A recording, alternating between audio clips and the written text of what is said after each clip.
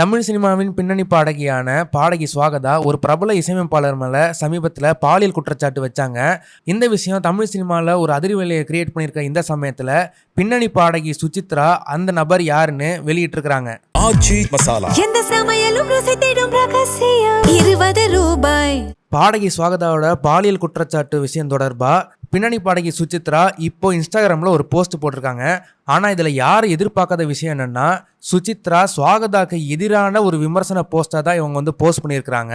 அதில் அவங்க குறிப்பிட்டிருக்க விஷயம் என்னென்னா, தான் காதலிச்ச பையனை கழட்டி விட்டுட்டு அதுக்கப்புறம் தன் மேலே பாலியல் வன்புணர்வு பண்ணிட்டான்னு வெளியில் அழுது சிம்பத்தி கிரியேட் பண்ணுறது எவ்வளோ கீழ்த்தரமான வேலை அப்படின்னு பயங்கர காட்டமாக விமர்சிச்சிருக்கிறாங்க.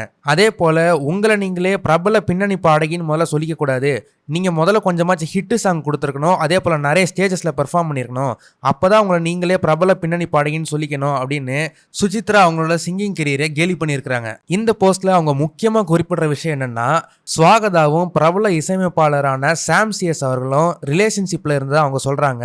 ஆனால் அந்த ரிலேஷன்ஷிப் ரொம்ப டாக்ஸிக்காக இருந்ததாலும் சாம் சிஎஸ் என்னை விட்டு போகாதன்னு சுவாகதா அவங்களோட காலில் விழாத குறையாக கெஞ்சினாலும் கூட சுவாகதா அவங்கள கைவிட்டுட்டு போயிட்டதா சுசித்ரா குறிப்பிடுறாங்க.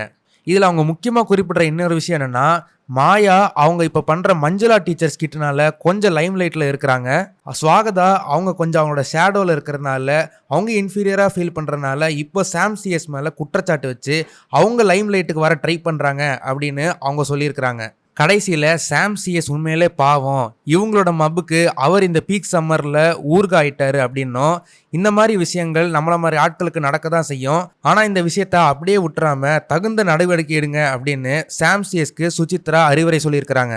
இந்த விஷயம் பயங்கர பரபரப்பாக பேசப்பட்டு இருக்க இந்த நிலைமையில் இந்த ஒரு போஸ்ட்னால இப்போ நியாயம் யார் பக்கம் இருக்குன்னு மக்கள் விவாதிச்சுக்கிட்டு இருக்கிறாங்க. இந்த விஷயங்களெல்லாம் பார்க்கும்போது யார் பக்கம் நியாயம் இருக்கும்னோ நீங்கள் யார் பக்கம் நிற்கிறீங்கன்றதும் மறக்காமல் கமெண்ட் செக்ஷனில் சொல்லுங்கள்.